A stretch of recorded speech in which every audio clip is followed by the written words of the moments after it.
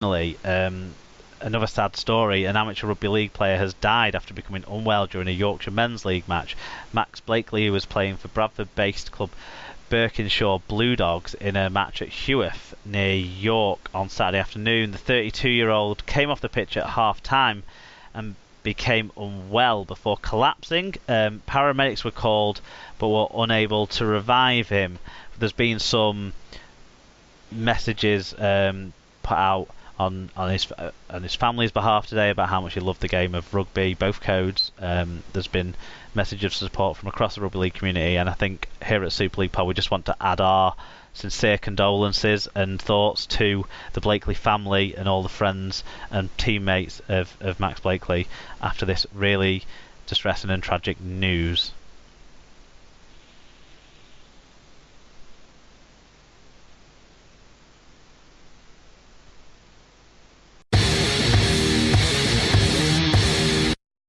Super League match reviews time now, sponsored by Rob's Toy Shop on eBay. Find a wide range of toys, gifts, rugby league birthday cards and loads more at Rob's Toy Shop on eBay. Pet toys is another thing that you can get on there I've seen, and games and travel games and stuff. There's loads.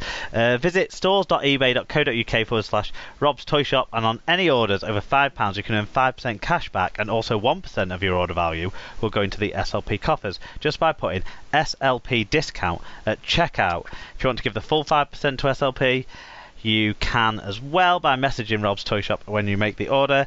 All donations through that method are greatly received by us and our wonderful sponsor.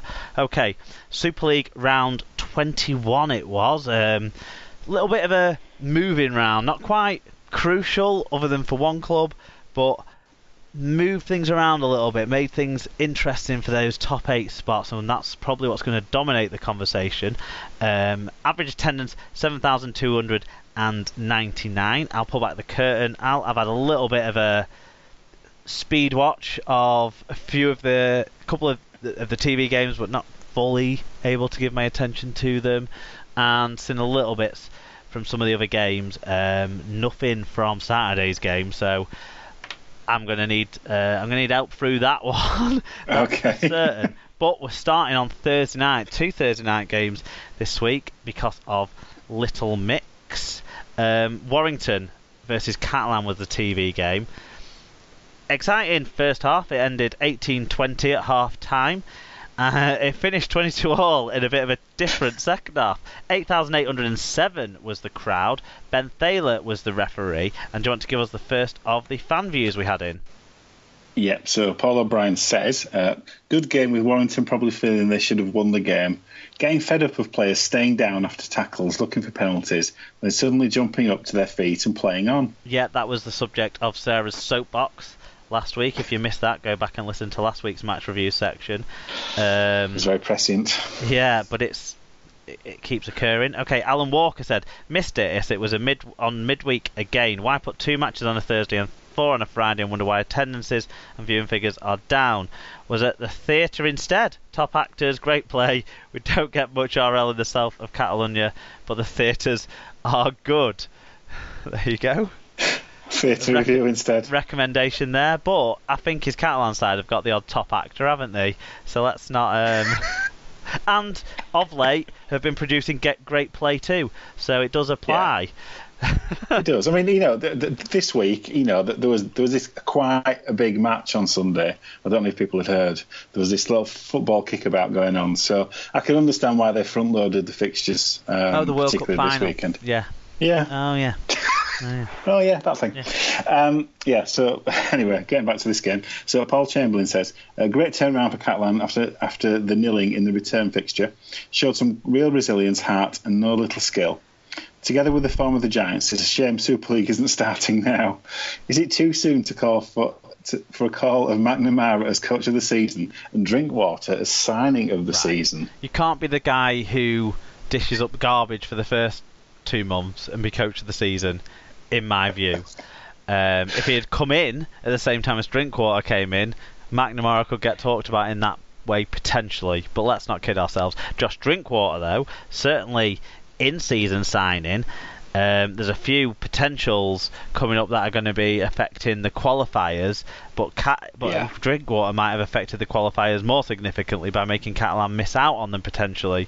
So I'm going to say. So it's a worthy conversation. And do you know what? He might be one of the first times we'll put in a mid-season signing in the signing of the season conversation for the SLP awards at the end of the year, because he has been a big difference maker. Not him on his own.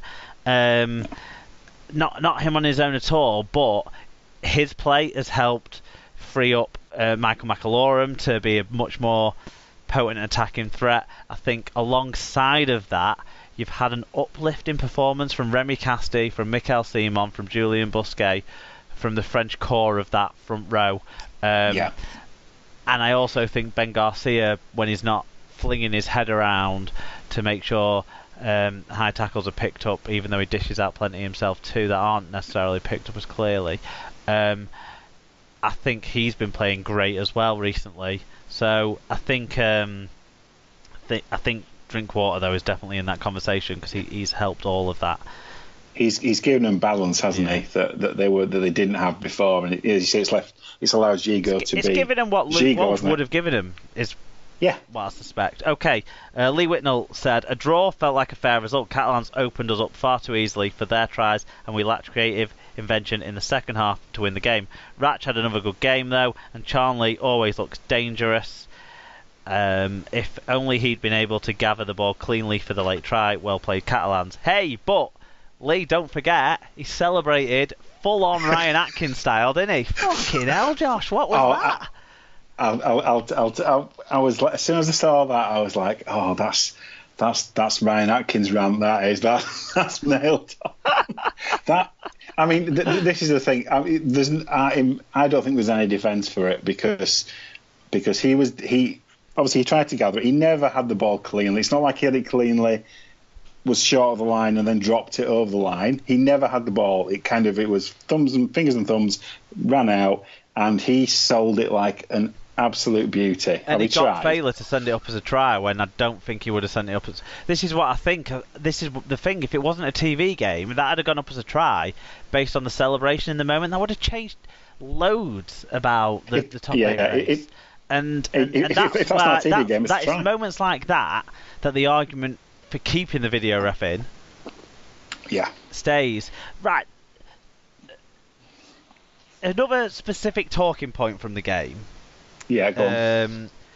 Was and it also involved Joshua Charnley, was the Mikel Simon sin-binning for shoving his knee up the backside of... It was Mikel Simon, weren't it? Shoving his knee up the backside of Josh Charnley after Josh Charnley had completely lashed out during a play of the ball. The penalty went to Catalan for that initial lashing out, but the knee up the bum was considered serious enough for a... What do you think? Should both should have gone to the bin, do you think? Or was it a bit of an overplay, just stupidity by Simon, but was it dangerous in any way? You can argue about Simon's in terms of him reacting to something, and he shouldn't react to that kind of thing. I didn't think that was a yellow card in my opinion, but I think Charnley should have gone to the bin because he attempted to strike an opponent in the head with his arm. So yes, it was a bit of a slap. But it was petulant, and he had the ball, and I don't think you can allow players to get away with that, in my opinion. It's a both-go situation for me. Both go. Yeah, I mean, it was what Simon did was stupid, laughable. But it was very similarly stupid and laughable to. Do you remember there was the Liam Watts headbutt that wasn't really a headbutt? Yes. I think that was against Warrington, if I remember right. But it was. And was it Dom Crosby, who might be joining Leeds soon, whilst we're recording, but even potentially, you never know. This is when these news stories tend to drop. And he just looked around completely fucking bemused. What had gone. It was kind of like that, wasn't it? It was stupid. Totally stupid. But this is the thing. I mean, you know, it was petulance from Charlie, and I don't think you can let that. I don't think you can let that slide as a referee. I don't see the balance of. It was right that the first offence was Charlie's, you know, slap, for want of a better word. So, and it was right that Catalan got the penalty.